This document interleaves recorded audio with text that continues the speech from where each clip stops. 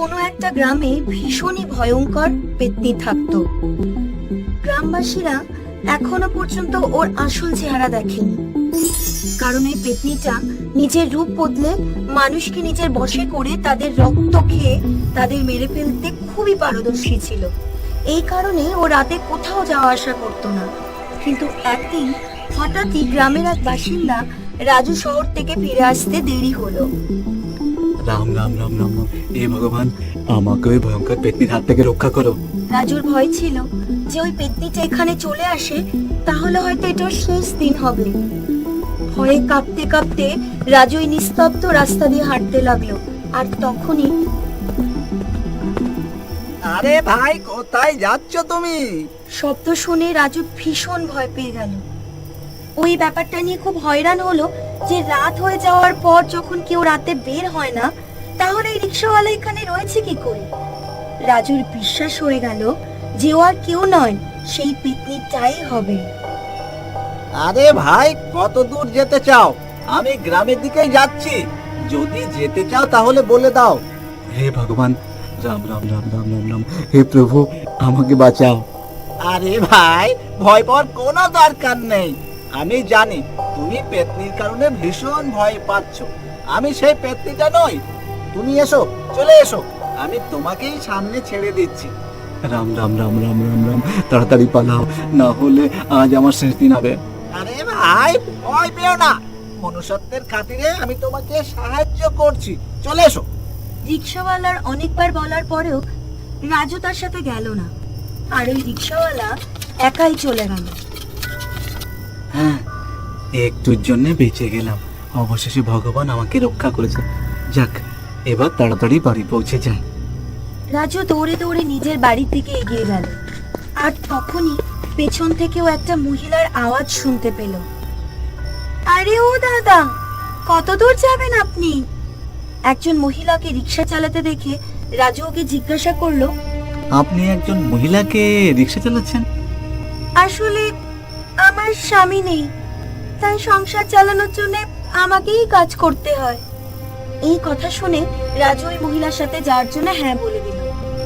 কিন্তু ওই কথাটা ভুলে গেছিল যে ওই মহিলাটা পেত্নীও হতে পারে।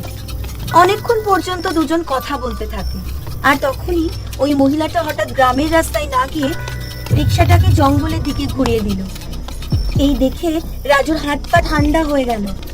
এতক্ষণেও বুঝে গেছিল যে এ কোনো মানুষ নয়, এ হলো একটা পেত্নী। দেখুন, আমি বুঝতে পেরেছি যে আপনি একটা পেত্নী। আমাকে যেতে দিন, আমার মা আমার অপেক্ষা করছে। রাজু যখন পেত্নীটার কাছে নিজের প্রাণের ভিক্ষা চাইছিল, তখনই পেত্নীটা নিজের আসল রূপে প্রকট হলো। পেত্নীটা ভীষণ ভয়ঙ্কর ছিল। এই দেখে রাজুর গলা শুকিয়ে গেল। আর তখনই পেত্নীটা রিক্সা চালাতে চালাতে নিজের ঘাটটা পেছনে ঘুরিয়ে দিল। আমাকে ছেড়ে দিন, যেতে দিন পেত্নী মহাশয়। আমি আপনার কি ক্ষতি করেছি? আমাকে যেতে দিন। যদি তুই আমাকে বিয়ে করিস তাহলে আমি তোকে ছেটে দেব। এই শুনে রাজু অবাক হয়ে গেল। তারপর পেত্নীটা বলল যে রাজু যদি ওকে বিয়ে করে নেয় তাহলে ওকে মারবে না, কারণ সেখান থেকে ও শিকার করতে সুবিধা হবে। এইসব শোনার পর তো রাজুর যাতা অবস্থা হয়ে গেল, কিন্তু নিজের প্রাণ বাঁচানোর জন্য ও পেত্নীকে বিয়ে করার জন্য হ্যাঁ বলে দিল। পেত্নীটা গ্রামে পৌঁছে গেল। সেখানে পৌঁছে ও নতুন বউয়ের রূপ ধরলো আর রাজুর সাথে ওর বাড়িতে পৌঁছে গেল। সেই রাতটা গ্রামবাসীর শেষ রাত ছিল, যেটা সবাই শান্তিতে কাটিয়েছিল। পরের দিন থেকেই ওই পেত্নীটার রাত হতেই গ্রামবাসীদের মেরে ফেলতে শুরু করে দিল। প্রতিদিন কাউকে না কাউকে, কেউ না কেউ নিজের গ্রামে মরে থাকতে দেখতে পেত। এই ব্যাপারে সমস্ত গ্রামবাসীরা সমস্যায় পড়ে গেল, আর সবাই মিলে নিজের গ্রামের একটা তান্ত্রিককে ডাকলো। গ্রামটা পরিদর্শন করার পর তান্ত্রিক বলল, এখানে পেত্নীর ছায়া আছে। এই শুনে গ্রামের এক বাসিন্দা হরিশ জিজ্ঞাসা করলো, হ্যাঁ, কিন্তু পেত্নী তো গ্রামের বাইরে থাকে, গ্রামে কি করে? ওই পেতনিটা তোমাদের আশেপাশেই রয়েছে আর তোমাদের সাথেই থাকছে। এই শুনে সমস্ত গ্রামবাসীদের পায়ের তলার মাটি সরে গেল। সবাই মিলে তান্ত্রিককে বলল ওই পেতনিটার হাত থেকে মুক্তি দেওয়ার জন্য। আজই আমার মন্ত্র উচ্চারণ করে এই পেতনিটার খোঁজ করব। তান্ত্রিক সেখানেই সমস্ত গ্রামবাসীদের সামনে নিজে তন্ত্রমন্ত্রের সাহায্যে ওই পেতনিটার খোঁজ করার চেষ্টা করতে লাগলো, কিন্তু তান্ত্রিকের হাতে এলো শুধু অসফলতা। ওই ভিড়ের মধ্যে ওই পেতনিটাও দাঁড়িয়েছিল, যে তান্ত্রিকের ওপর মনে মনে হাসছিল।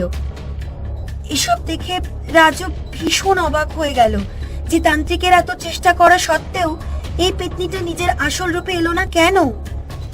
মনে হচ্ছে পেতনিটা ভীষণই শক্তিশালী, তাই আমার মন্ত্র দিয়েও ওকে কিছুই করতে পারছি না। জঙ্গলে গিয়ে আমার এর সমাধান বের করতেই হবে। এই কথা বলার পর তান্ত্রিক সেখান থেকে চলে গেল। আর তখনই শব্দ শুনে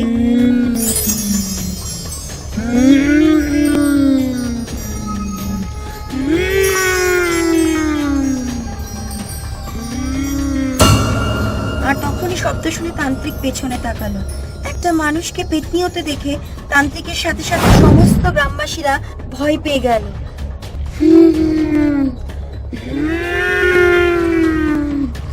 আমাকে মারতে চাইছিলিস তুই? হ্যাঁ তান্ত্রিক, এবার দেখ আমি তোর কি অবস্থা করি।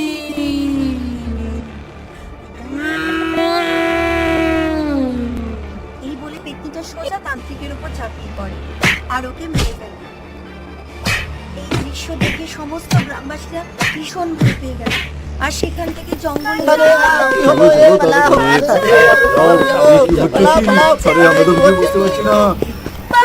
তাড়াতাড়ি চলো তাড়াতাড়ি। গ্রামবাসীদের পালাতে দেখে পেতনিটা তাদের পিছু করতে লাগলো।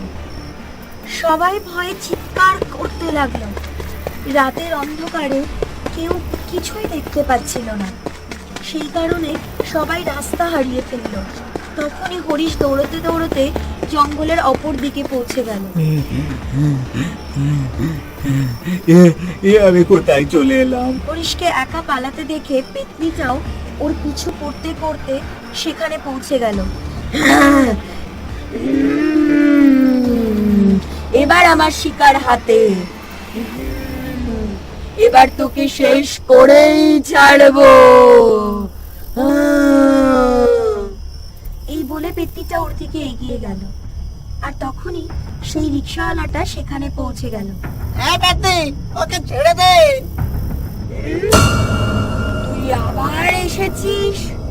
আমি তোকে বলেছিলাম না আমার কাছ থেকে দূরে থাকতে? আমিও তোকে বলেছিলাম এই গ্রামবাসীদের কাছ থেকে দূরে থাক।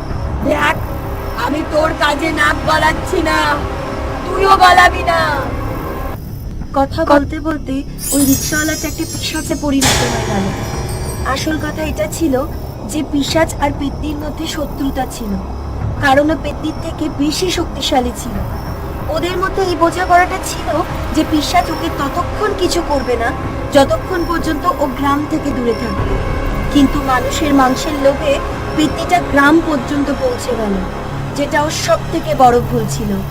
আর তখনই সমস্ত গ্রামবাসীরাও সেখানে পৌঁছে গেল। আজ হলো তোর শেষ দিন, দেখ এবার আমি তোকে কি করি। শাস্তির ব্যবহার করে পেতনিটাকে সেখানেই মেরে ফেললো।